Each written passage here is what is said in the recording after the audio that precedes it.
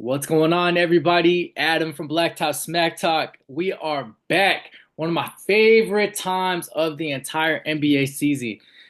For some reason, ever since I was a little kid, I've always liked the transaction process. I've always enjoyed the draft. I've always enjoyed free agency, the trade deadline. Three of my favorite times. But NBA draft is here. It is tomorrow. Tomorrow, Wednesday, June, what is it, 25th tomorrow? Today, yeah, June 25th, 2 day draft, hmm 25th and 26th in the Barclays Center. An exciting time. So with today, we got myself here. I'm gonna give you my mock draft, but decided to do something a little different today. My guys are out of town or they got stuff going on. So I called in a favor from one of my former players and former BTST guest, CJ Bussey. And we're gonna go over our mock drafts and we're gonna compare and contrast. And then but first we're gonna talk about guys we like and some dudes we have questions on. But um so it's gonna be exciting. We're only gonna do the lottery. The first round is a little tricky because both of us haven't seen some of the overseas guys other than highlight tapes, and both of us are guys who like to watch full games. So um, we can't do the full first round, and it's kind of a disclosure. I don't have any of those guys in my lottery, even though reading up on some of them, they are pretty solid. But yeah, first and foremost, CJ. Appreciate you coming back, man. How you doing? Man, I'm good, man. Thank you for having me. It's always a pleasure, especially speaking with a hoop head and a knowledgeable hoop journeyman like you. It's always a pleasure. It's an honor. I'm excited, just like you. It's my favorite time of the year. Things change with the pre-draft process. It's probably my favorite stuff to watch is pre-draft workout, seeing Oh yeah. who's getting in, who's signed with what agency, what kind of preparation they got going. Everything's social now, everything's documented, so it's always a pleasure. I mean, it's always fun to watch that stuff. And then, this is the first time I've ever done a live mock draft with somebody. We're doing the first round. I mean, lottery. It's pretty fun, and I'm pretty excited.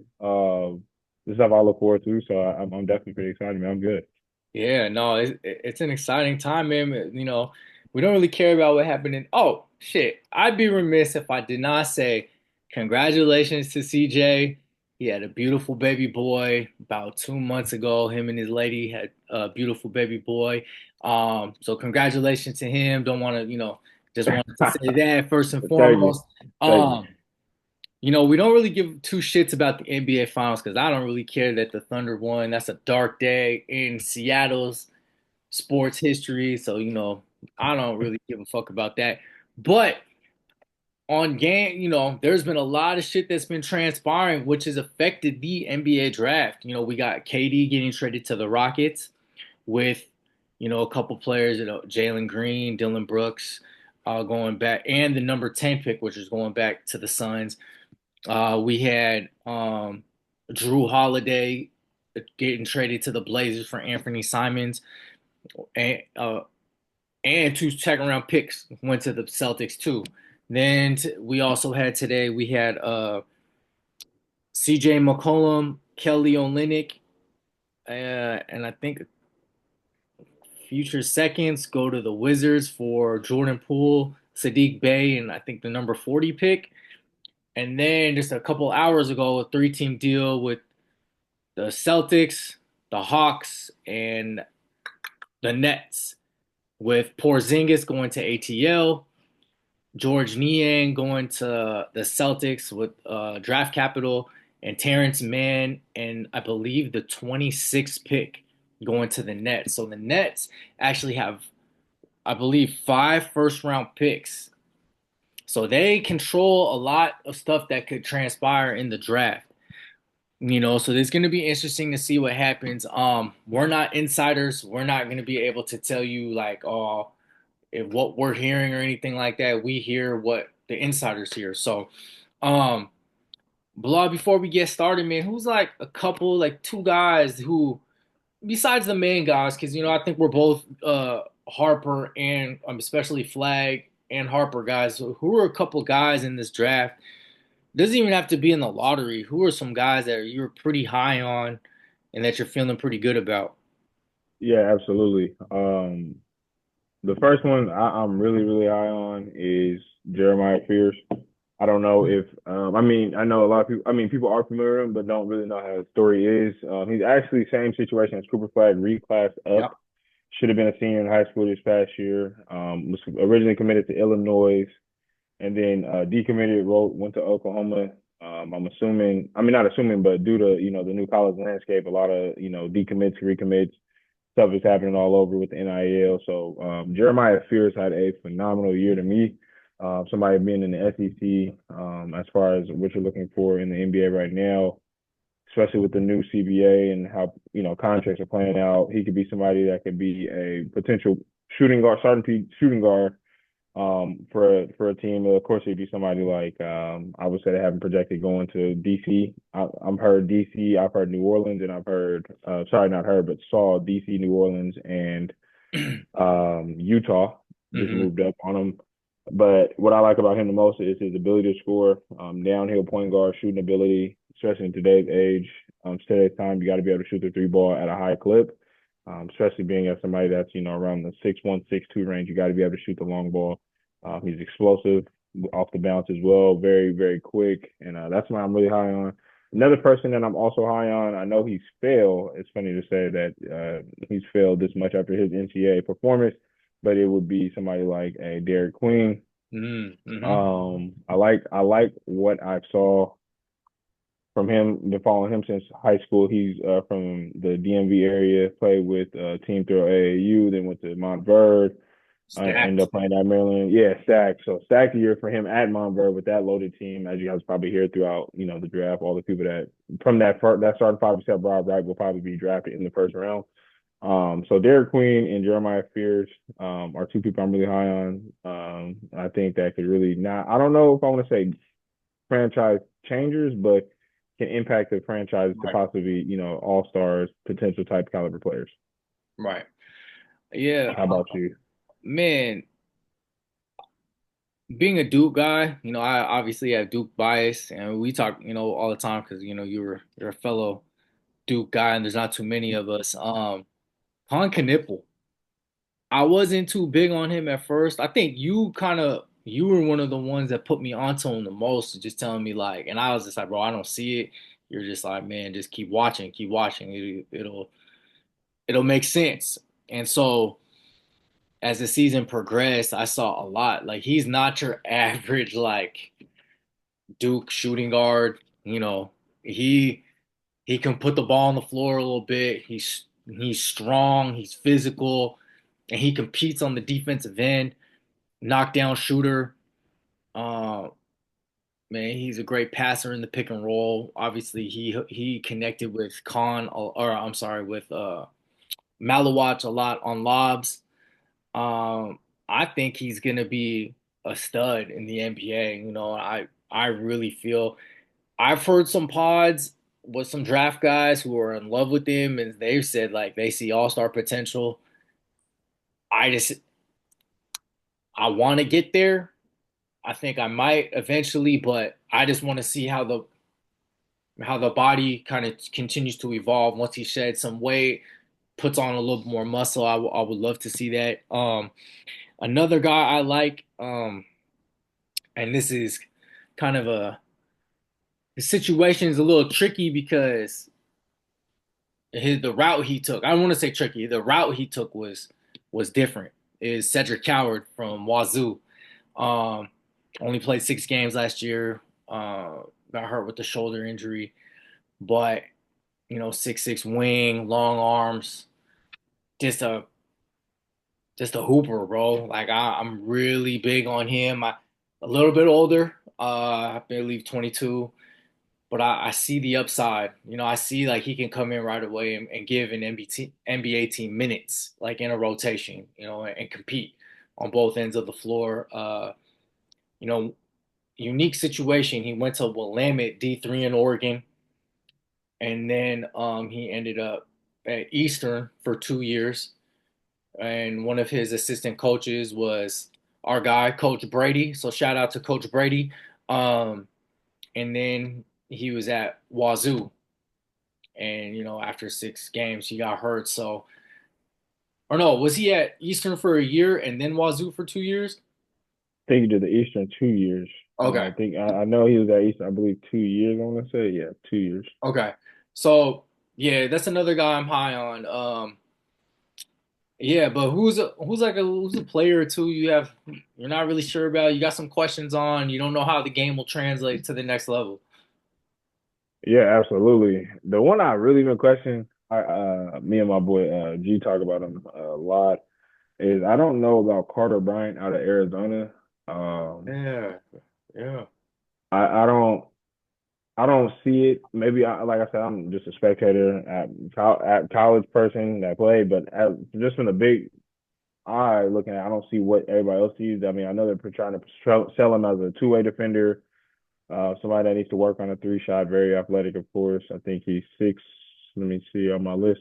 I six have eight. him 6'8". Yep, 6'8", 215. So I mean, he's gonna play small forward, depending on what team drafts him, probably maybe even power forward if they're going to do small ball still. That's still in play in the NBA. Another person that I'm not too big on, I've seen, and I did watch games of Arizona, and the reason I say this is when I watched him play in Arizona, the first half was up and down roller coaster. Second half before the tournament was still up and down. He didn't really come on to me until the tournament. I know he had like a big start game, like round of 64 game. That kind of really like helped sell him, and then he had a good 32 game, sold him as well. So I mean, the tournament he stepped up, raised his stock, and I know he had a really good draft process with combine included. So I mean, anything can happen when you're hearing your name first round. You can Right. go from second, first round, and then you hear lottery, and then you go have a good pre-draft combine, and you have the right representation. You can find yourself in the lottery, and I think that's kind of what happened with Carter Bryant. He got the right people in his camp, told him to come back. So Carter Bryant, somebody I don't know too much. I mean, not too high on. The second person is Agar Demon. Sorry if I butchered his last name. Agar Denim. Demon Yeah, from yeah, yeah. BYU. Yeah, I he was caught, one of mine. He was one of mine. yeah, yeah, I caught the hype with him coming in from last year. He was projected a top three, 3 to 5 Right. type prospect. Goes to BYU, plays in the Big 12, has the games I watch and I watch it. I want to say about 3 to 4 games with him. Had a roller coaster type season. Wasn't as consistent as they thought it would be. Showed flashes, but that's somebody I'm like, if I give him the keys as a point guard, does he deliver? I mean, the correlation right now, not the correlation, but the conversation is usually how does overseas process translate to the NBA. But I think with that year of him being in the Big 12, which is the premier conference in the NCAA, I think that really helped keep him afloat in the lottery, projected lottery. He's still projected top 10, 10 to 15. So could fall the lottery, but I wouldn't be surprised if he is a late lottery pick. Those are my two. Right. Yeah, no, he was one of mine. And, you know, I don't know if it's his game, but Ace Bailey, we have, our guy, CM, was really trying to like get me. He's really trying to be like, bro, he's really not like that. I'm just watching games. Like I see the potential. I see everything. Mm-hmm. But what I'm missing is the whole process leading up to tomorrow. He's canceling a workout day of with the 76ers, not working out with teams, I believe four, 3, 4, and 5, was trying to get a guarantee. The things that were being spoken about is like he wants to be in a position where the ball can be in his hands and he can get his shots and he can be the focal point from the jump, which I respect. Like, don't get me wrong, I totally, yeah, I'm for that. Do all guys should have that right to want that. But I think the way he's gone about it, it's not to say it's him because he's only 18. He's young. He's 18. We didn't Yep. obviously make great choices or said the right things, but at 18, but I think it's just being misguided. I'm not to hate or whatever on the representation, but I just think that they kind of they didn't do him any favors. I think it's been difficult. I think tomorrow you'll see him go anywhere from 6 to 8, depending on if a team like Brooklyn, who really likes him, is gonna sacrifice to move up or give up some assets to move up. So then that's my two. So yeah, with that being said, this is how it's gonna work. We're gonna go over, the lottery. We're gonna the number one pick, Mavs, and then CJ is gonna give his who he's gonna select. I'll give mine, maybe a couple words, move on, and then we're just gonna do the lottery. We're not gonna do the first round, Yeah. and then yeah, it's gonna be fun. It's gonna be see how the draft. It's always crazy. Uh, things don't always. You're trying to predict this stuff is crazy. I think I seen gambling sites. People were like, putting money on, oh well, who will the Sixers take? Will it, and they give a list of guys, and it's like, damn, it's hard, it's so hard to predict how these things are gonna work out. But shit, for guys like us, this shit's fun. We enjoy it. I'm sitting here writing, I don't even get paid for this, and I love doing this shit. So, all right, without further ado, the mock draft, the Mavs. I don't know how they got the number one pick. Crazy. They got the number one pick. Oh my God, they lucked out. Um, Kyrie out for the most of next season. They got Anthony Davis. They got some decent players, but they struck gold. Cooper Flag. I don't think there's much. He's legit.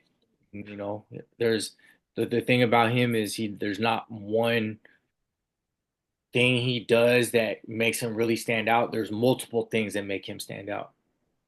Kind of a jack of all trades, and he's really elite at a lot of things on the basketball court.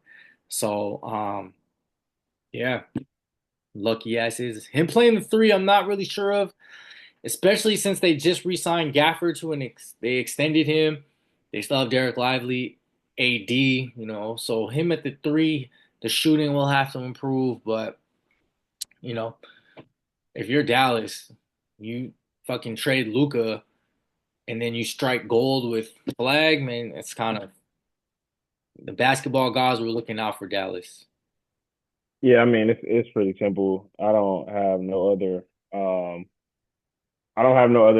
debate. Like Cooper Flag gonna be number one pick. Um, Pretty simple. I mean, I think the only thing that everybody says is shooting. But when you're put up in a situation where you got 80 in the front line, you got KD, I mean, you got Kyrie coming back in probably, I want to say January, let's say give and take January right before All-Star break, that they're not going to need him for too much as they would for most number one picks. Teams would be looking to do change of face or franchise. This is more of a long-term play. Right, That's the way I look at it. I mean, you can't go wrong with Cooper Flag. There's just nothing that he didn't excel at Duke, except late game situations, which I voiced my opinion on, of course. But other than that, I mean, I knew Cooper Flag was going to be the number one pick just off of by December of last year. I knew he was going to be the number one pick. right, Just when you can see the production, the two way, the defense, the motor, the will, and then I mean, yeah, he number one pick across the board. right. And he just turned 18. Yeah, fresh, So yeah, young. it's incredible. San Antonio Spurs. You I guess the consensus between CJ and I are Dylan Harper, point guard, or I just want to say guard out of Rutgers, lefty, 6'5", about 215. Interesting fit with the Spurs. I don't know how I feel about it, but at this point, you unless you're wowed with a home run offer for Giannis, or unless you want to go get Giannis or something,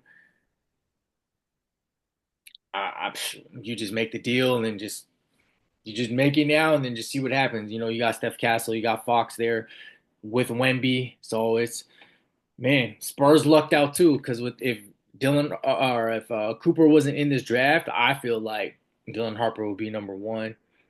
So yeah, I'm a huge Dylan Harper guy. The huge Dylan Harper fan. Love his game, love his pace, great size at the point guard position, which I think he'll be at the next level. His shooting, it needs to improve. Yeah, I've listened to many pods and they've talked about like he needs surgery on it. So it's, which I thought it was a nice little. I hadn't heard that one before, but he obviously needs to repair that. That'll come in time, but The jumper needs work, but he's a stud. He's a stud.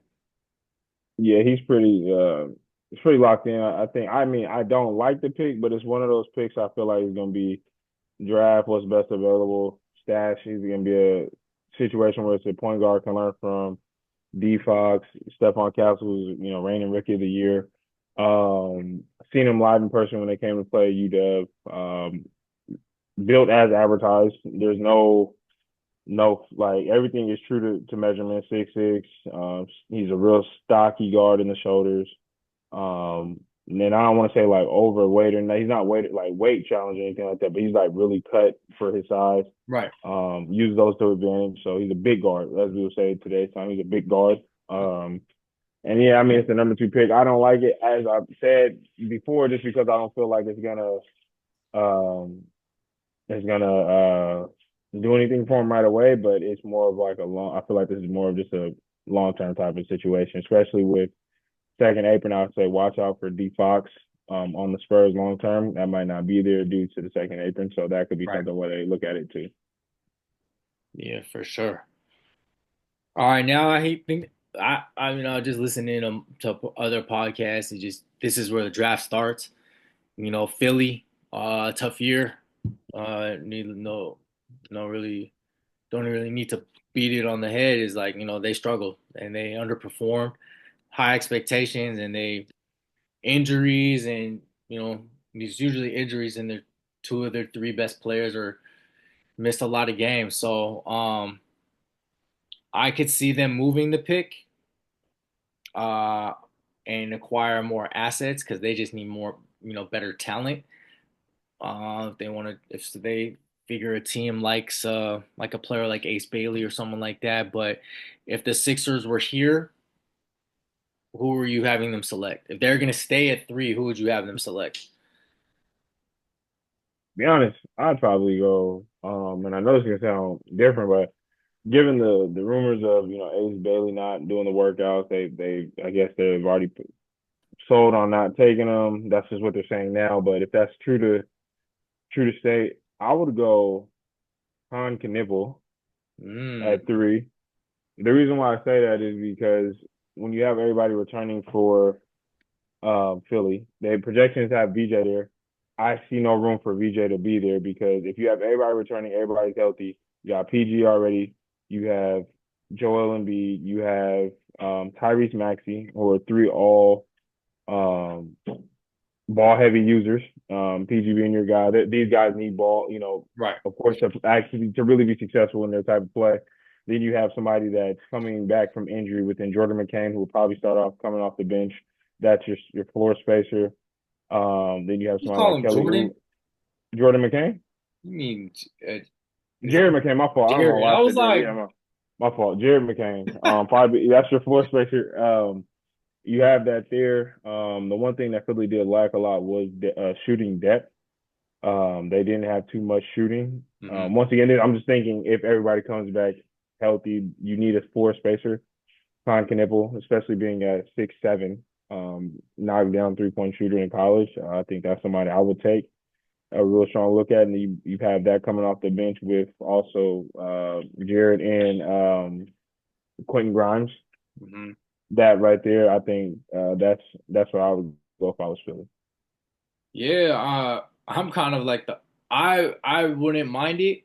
I actually went VJ in the sense of like kind of bring a little more energy, like an energy player. If he accepts the role being like a similar to like a Victor Oladipo type, a young Victor Oladipo who came in and was like not really on the ball but just made plays defensively, could slash, the ball wasn't in his hands like that. I think VJ would fit. He can guard, shoot at Baylor. They had him guarding 3 different positions, so I think he would be able to do that at the next level. I think Philly could just use a kind of like a jolt of energy. If they stay with this pick. So I mean, either way, I wouldn't mind either. Yeah. Which kind of brings me to the Hornets. Um, Hornets just need talent. Um, they just need talent, and they play hard. They got Charles Lee in there. They need talent. They got to stay healthy. Brandon Miller only played. Shoot, I think he missed half the season. LaMelo he only played 30 plus games. So those guys need to be healthy. But who's a fit? Who do you think for the Hornets at 4? Who do you have them taking?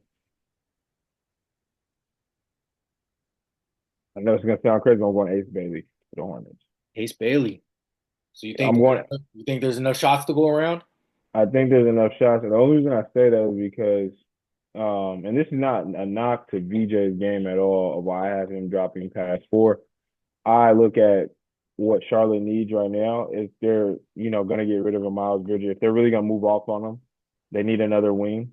You got Ace Bailey, who's 6'9". You compare that with Brandon Miller, that's also 6'6", 6'7" on a good day. You got LaMelo, that's a 6'7" point guard. You need shot making in Charlotte. That's what you need. You need serious shot making. You need people that can play off the ball. If you watch, a lot of people watch Ace's Rutgers tape. A lot of his shots were catch and shoots, one dribble, two dribble pull ups. He has all that down. It's not nothing where he's trying to, get his game off with 3, 4, 5 bag dribble, type. It's one dribble, two dribble pull up, catch and shoot, catch and mid range pull.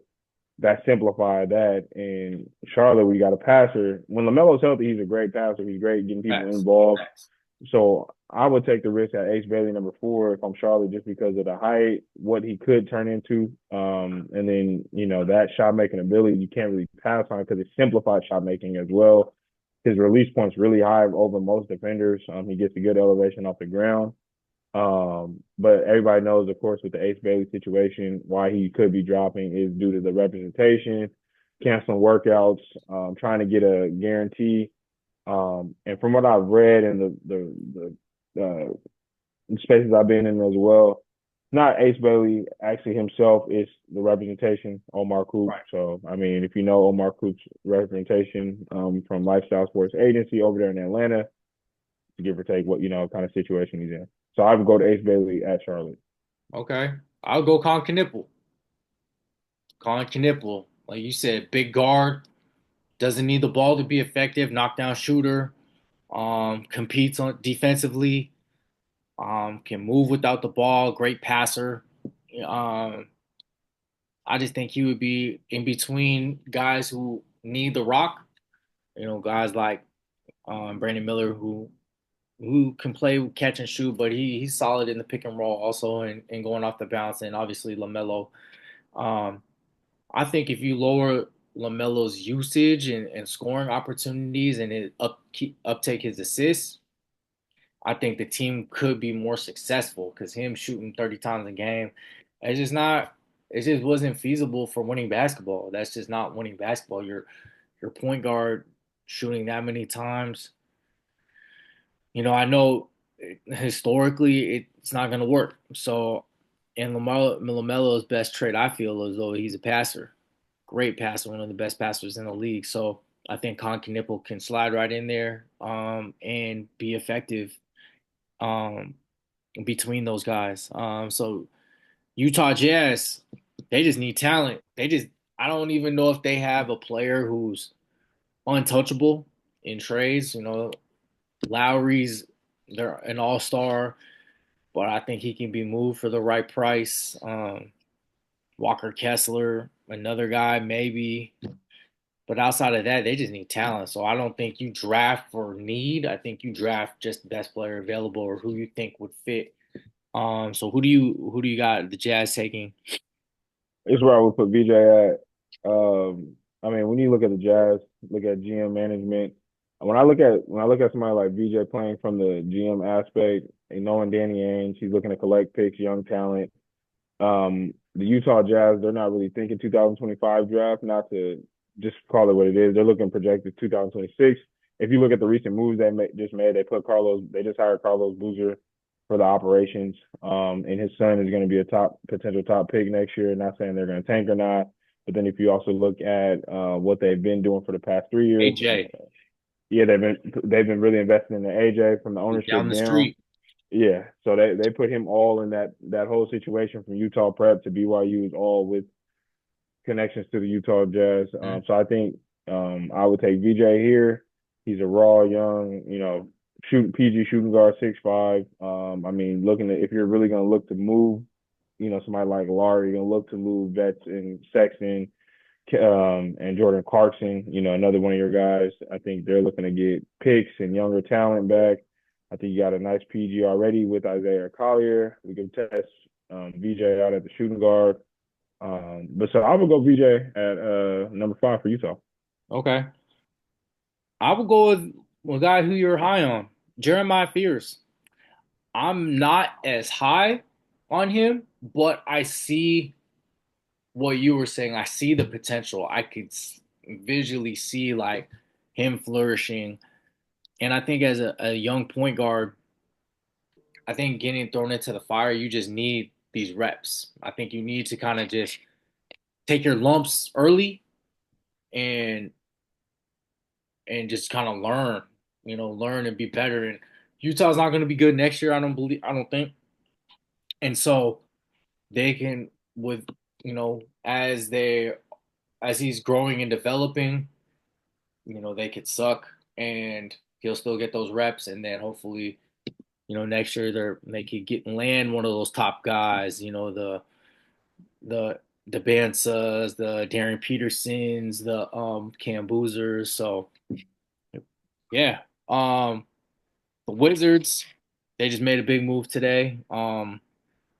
They've they've actually got some decent young talent in their building.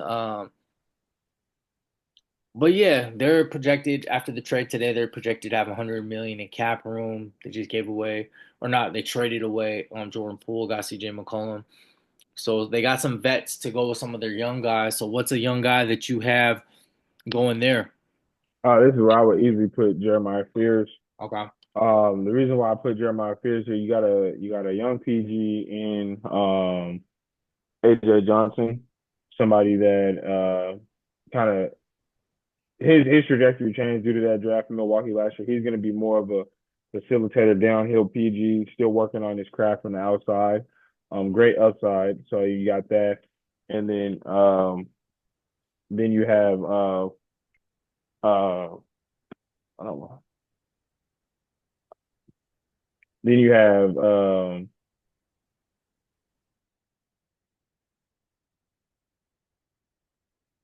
Taking a pause right now, talking about the no, Wizards. no, yeah, sorry, Okay. that was my fault. No, you're good. But yeah, Jeremiah Fear is really simple for me. Needs scoring. You got young talent that's gonna be blended with great vets. You got CJ McCollum over there, Marcus Smart, and somebody like Middleton. Short-term play for Washington. Of course, they're looking to get off those contracts. They're projected to have 100 million in cap space next year, which is really huge. Washington's never really had that amount of cap space. So I think they're looking at this from a long. They're playing the long-term game with the young vets. I mean, with the vets, with the young talent blended in. I think Jeremiah Pierce fits right in. Okay. This is where I took Ace Bailey. One of his from what the reports say, one of the places he desires to go to. And I think, you got Koulibaly there, you got Corey Kispert, you got Alex Sarr, you got AJ Johnson. Nice core of young players. Buck Carrington. So good, nice, solid. Those guys performed last year. I mean, shit, I had some of them in fantasy, so I know what they brought to the table. So yeah, I could see Ace Bailey coming in, and this would be he'd be in a position where he'd be the go-to guy. Jordan Poole's not there anymore. I mean, they do have Chris Middleton, C.J. McCollum, Marcus Smart. I mean, we'll see what happens with Smart. He may be on the trade block, but yeah, I could see Ace Bailey just coming in, doing what he do, and just putting up shots, putting up numbers, and just kind of learning.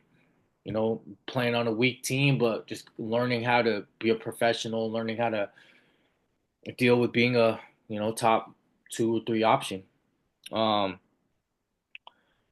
the team that made the deal with them, the New Orleans Pelicans, going around Zion. They're going to build around Zion, from what Joe Dumars has said. Zion got some off court stuff that he's dealing with. It's too kind of touchy. You don't really want to talk about that, but yeah, they're gonna build around him. They got some nice. pieces. Trey Murphy. They got now they got Jordan Poole. They got Herb Jones, Misi, the big man. So they got pieces to grow. Shout out to Baby Boy. Hope his recovery is going well. They'll have him eventually. I don't know if he'll come. I think he'll be back sometime next year. Hopefully he doesn't rush it. Just takes his time. But yeah, what do you see them doing? Yeah, for New Orleans, I definitely got, especially with that offload they did. I feel like the hard part is they stacked up at the PG position, but they didn't, do shooting guard. So I'm gonna go with Trey Johnson from Texas. Why not? Um, just because it's kind of, they got Jordan Poole. Depending on his situation, he could be point guard, shooting guard, but they don't have depth at the shooting guard. So I Mhm. mean, if they're throwing him at the PG, who's gonna be your two guard? So I will look at, yeah, definitely Trey Johnson from Texas. I mean, just a microwave type scoring mentality, gets buckets up in a hurry, can score all three levels. Definitely Trey Johnson. Yeah, one of the best shooters, if not the best shooter in the draft. Yeah, Yeah, so definitely that's who I had. So now we go Brooklyn Nets. Halfway through the lottery, Brooklyn Nets, who five first round picks. Five first round picks. I feel as though they might package some of these picks and try and move up to grab an Ace Bailey. Uh, but if they stay at eight, who do you have them taking? And yeah. they have so much money. They got money. They got roster spots. They can trade Nick Claxton and Cam Johnson and all that. But who do you have them taking? Yeah, so the next one's really interesting. I watched the scout series on YouTube that they got going on right now. Basically, this is like their whole scout process and lead up to the draft and so forth. With that master trade they did today, acquiring the more picks, I feel like that gives them a lot of leverage. I'm gonna go out on a limb. I'm gonna go number 8. I'm gonna take Derek Queen Hmm. from Maryland. The reason why is because let's say they decide not to trade Nick Claxton. You got Nick Claxton at the 5. You can put Derek Queen at the 4. He's a more of a pass type big, passing out of the double, passing out of the post, passing out of the mid range. And then Derek Queen, he's about, I'm gonna say he's 16, 250. So look, playing at him at the 4, Nick Claxton, somebody that was a DPOY contender 2 years ago. That could be a projected front line. That could be somewhere down the road if they don't package this up. And I'm just going off the hypothetical. They keep the picks. I would go Derek Queen. Yeah, I'm gonna go Kasparis Yakachonis from Illinois. He's I feel like bigger guard, 6'5". I thought he struggled. They use this analogy in a pod. I think it was on the Game Theory podcast where he was trying to go for home runs when all he needed to do was go for singles, make the simple play. So I think with him, solid PG, good size, good shooter. I think another young PG who you can just kind of throw into the fire and just let him get his lumps, get his reps, just grow and evolve. And then if they're still, they'll fight for a high draft pick next year for one of those top spots. Or will they use, cap space and try and trade for somebody to kind of expedite the process? But they're in a good spot. So I think they can take a flyer on somebody like Yakachonis. So um whose draft range is all over the place. This is around his range, 8 to teen, Yeah. 16, 17 from what I've seen. Yeah. Um, the Raptors, it's like small forward you over there. They got Scotty Barnes, RJ Barrett, Brandon Ingram, Grady Dick, Oche, what old boy's name from Kansas? Oche Abaji. Man, so they got a ton of wings quickly. They got Jakob Poeltl. I think, I'm not sure what they're gonna need. I would say I don't think they need a wing. I think they need another PG or they need a big man. But what are you thinking? Yeah, absolutely. The big I would go with. I was looking at thinking PG perspective, But following the Toronto Raptors, knowing that they're looking to get RJ Barrett off the books, I'm assuming they're gonna probably get another pick out of that. So I'm assuming they're gonna try to go get a point guard, a young point guard, maybe a vet PG. So I was looking at the PG spot, but I'm gonna go with the big because they also there was rumors of Jacob being potentially packaged or traded as well. I'm gonna go with Kaman Malawach from Duke, Mm-hmm. the Yep. center. I would take a flyer on him, 7-1, 7-2. I'll take a flyer on him, see what it happens. I mean, just from the games I watch, typical center, traditional center, block shots, runs the floor. It looks conditioned well on on the games, and then he also does pop out and shoot the three. So I mean, I would take a flyer on Malawach just to see how he fits with even if Jacob is there, somebody that he could be a sub for, or even potentially start on the road. Yeah, no, I agree. That's who I had at nine. Malawach. Um, I think he let you saw the glimpses during the season, but I think he left a lot to be desired, especially like in against Houston, 0 rebounds, and you're 7-1, and that's for whatever the case may be. But I just you play 20 minutes, like come on, bro, like gotta grab rebounds. Kind of bobbles passes. His hands aren't very good on the catch. I mean, he catches lobs, great lob threat, great in the dunker spot, but he's raw. He's raw. So I think he's gonna need some time to develop. But I think you do take a flyer on him. I don't see you got a lot of guys who need the ball in their hands to be effective. I think he would be a great in a position where he could, be an anchor defensively, block shots, try and improve in those areas, blocking shots, grabbing rebounds, just being physical. Um, And so yeah, this is one for you. I know this is your squad or one of your squads. You got like five squads. But Phoenix Suns, they just traded KD. They got Jalen Green, they got Dylan Brooks, and they got the number 10 pick. What are you thinking? There's a lot that they need, but what are you thinking? Yeah, I got two teams on the Knicks. I mean the Knicks and the Suns. So I'll clear that up. No, I think all reality, the main situation right now for us is the Bill contract. Um, I don't know if they're gonna trade him. Somebody's gonna take him. I'm hearing Brooklyn's involved with him. Milwaukee could be a fit possibly. Now it was Boston, but the KP situation just happened. So I'm gonna strictly look at a PG. And this is I'm gonna go with Egor Demon, Oh, okay. tallest PG in the draft right now. Ball handler that we can get. I really am over the Phoenix experiment with having shooting guards play point guard.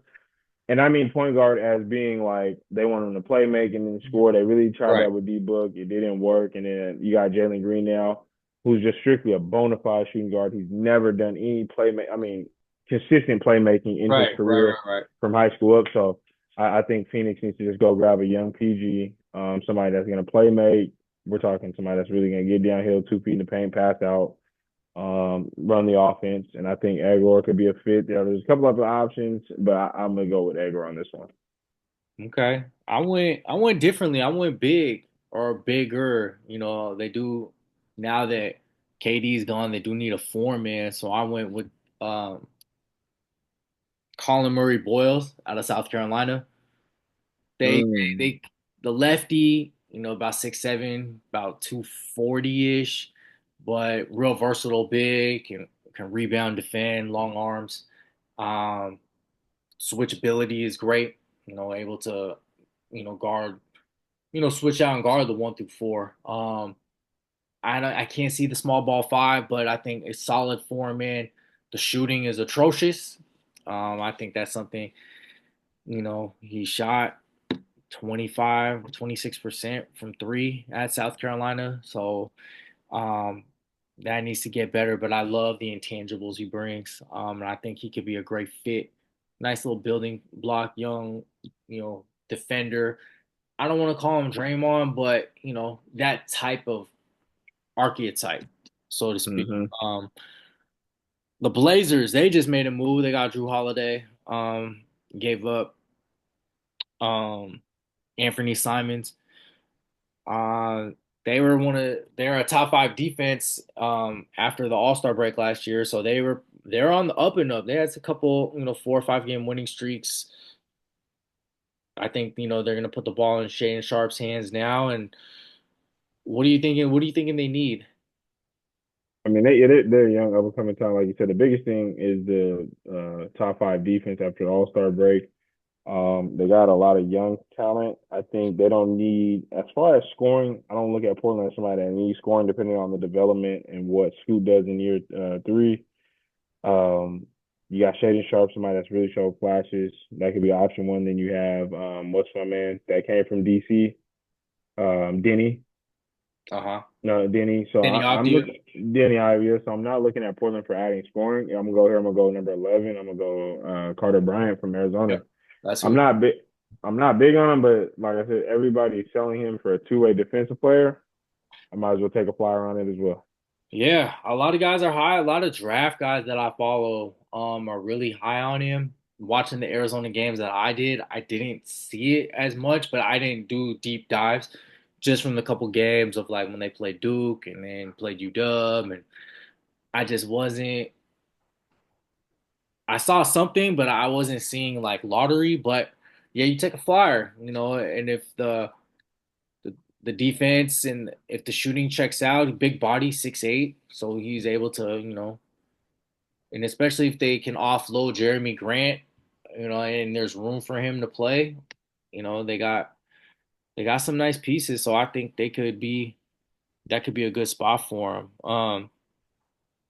The Chicago Bulls in number 12. I never know what they're doing. They're the definition of mediocrity in the NBA. They fight for the 10 to or the 7 through 10 every year. It seems like with one playoff appearance in the last five, X amount of years since the Jimmy Butler days. So who's somebody you're thinking for the Bulls? Yeah, with the Bulls, I think they're gonna clean house. I think they're not clean house, but I know they're gonna get rid of some bench, get rid of some depth. I'm thinking Dylan Terry probably will probably be traded or let go, not traded. Yeah, probably will be traded. I think just keep it simple. I'm gonna keep a hometown town. I'm gonna go with Casper Jaka Jonas. Jakachonis, Mm-hmm. 6'6" point guard. It's in-state talent. Looks like if they're gonna go through a rebuild, and with with Bullets playing the wing, you got wing already taken care of. Probably go PG and go with Casper. Okay. Even with Josh Giddey there. Yes, the only reason this is why the reason I say the Josh Giddey situation is I know they're looking to possibly extend him. So I wouldn't be surprised if they get rid of their backup guards to fulfill depth, and that's mainly Dalen Terry and Sumu. Sumo. Yes, Sumo. No. Sorry, I think Sumo just got an extension, didn't he not? A small extension. Yeah, Um, but Dalen but Terry, Kobe Dalen White. Terry from Kobe White is going to be traded, I think, as well. So I'm looking at some team like Chicago, team that's going to be letting players go or trading to get picks back or really go through a full rebuild. I think Kobe White's going to be traded for something, maybe younger or even more picks. So I would go with Casper just because I'm looking at a PG, and Lonzo's probably going to be traded as well Oh too. yeah, So Lonzo. Yeah, yeah, okay. yeah, Um, I think they're gonna trade Vucevic, and so I went with or I don't think okay. he matches up with the timeline, so I went Derek Queen. So essentially, we had the same guys for 8 and 12, but just flip flop. Flop. I went Yep. Derek Queen. I think he can build with Josh Giddey, um, Okay. and possibly Kobe White if he's not traded. And those are and Buzelis. I think those are he would fit in perfectly with those guys. You know, I think he would be a little higher, but I guess in some of his workouts and his interviews he hasn't performed as well. But the talent is there for sure. Um, Real multifaceted player, big man, 6'10", about 250 ish. So good size on him. Um, Yeah, so I think as they go towards, I don't know if they're going to go towards a rebuild or fine tune, but I think Vooch is 34 years old. I don't think he matches the timeline for them. So, yeah, I went Queen. The Atlanta Hawks, they just made a trade with Brooklyn. They lost Terrence Mann and Niang, but they gained KP from the Celtics. So who you got from So ATL? Or yeah, so the interesting thing with the Rocky, I mean with the Hawks that I'm interested in is, are they going to keep KP? Are they going to try to trade him? You look at their front line; they don't really have a strong front line. Capella could possibly be on the move too. So if I'm thinking that, it's actually funny. I was actually looking at Colin Murray Boyles Mhm. for Atlanta, because I'm looking at, all right, if they're going to get rid of Capella or if they even keep him, they need more front line. They got a lot of wing talent. I mean, of course, you got Trae Young at the point guard. He plays damn near all game usually. So I mean, point guard and wing, I'm not too worried about. But as far as if they're going to rebuild or somebody to help them more, it'd be front line. I would go with Colin. Physical type, power forward that could play power forward or center. I would play more power forward, but Colin would be my pick. Okay. I went his this guy's draft range is all over the board, but you lose a Terrence Mann, you lose a Niang, you lose wing depth. And you have Levert there, you have Dyson Daniels, you have Reese Shea, Jalen Johnson, um, KP's there now. Um, so I think you kind of need some shooting. So I went with Liam McNeely from UConn. I thought his Mm. his season was kind of underwhelming in a sense, but UConn, I thought he played out of position. He didn't have a point guard, like a solid point guard. So Danny Hurley put the ball in his hands a lot, and I thought that kind of wore him down. I don't think he was trying to score and then facilitate. I don't think that was his natural thing. But I mean, he was okay, but I think they need some shooting, some wing depth, some versatility, and I think he kind of is combines what Terrence Mann and Niang gave him. But probably a little bit better of a shooter. Um, so yeah, and then last pick, lottery, San Antonio Spurs. They took Dylan Harper already. Um, they got Castle, Fox, Sohan, Devin Vassell, well, obviously Wemby. What are you thinking? What else are you thinking? What young piece are you adding to that core? Yeah, this team for the lottery. I mean, me personally, just given how they build and what they're doing, they got a new coach in Mitch. Congrats to Mitch as well. 206 legend. I'm going with Asa Newell out of Georgia. Lefty power forward, fits the mold of just simple game. He's not nobody that's trying to do too much. Fits in, could be a second unit player, especially if they're going to look to move, who knows, this year or next year for a power type player. I mean, sorry, perennial all star type player with the depth they have. I would go with Ace in the will, rebound, run the floor, lefty type power forward. Real simple game, nothing. Just fits into what they have already, because they already built out their starting five. And sorry, not built out, but their main core needs a lot of the ball usage. D Fox, Castle, Wimby, Vaxil when he's coming off the bench. Then you got, Harrison Barnes, and you got, Keldon Johnson, even Sochan. So those are guys that also need the ball as well. I just feel like Asa will fit in, doesn't need ball, just traditional power forward. Right. And that's who I would be for my final. Yeah, I will go with the guy I talked about earlier, somebody I'm high on. Well, shout out to Coach Mitch Johnson, Seattle hoop legend, O'Dea High School, and so shout out to him. I'll go to Cedric Coward. For some reason, I believe that they're gonna kind of condense some of these assets, like a Keldon Johnson or Harrison Barnes, maybe a Vassell or so on, and get another player, maybe another veteran player or a piece. So I think you're either going to need to subsidize some of that depth with a guy who come in and play right away. And I think Cedric Howard can be that guy.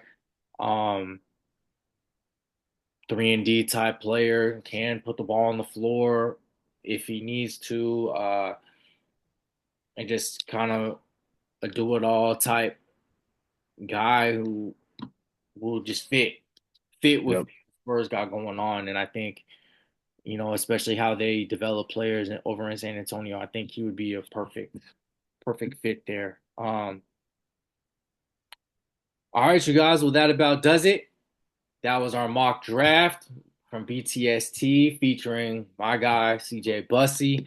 It's gonna be exciting. I don't know what's gonna happen tomorrow, but I'm looking tomorrow and Thursday because the draft is 2 days now.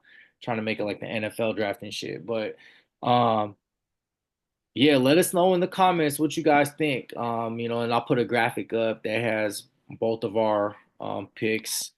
So tell us what you think. Like, comment, subscribe.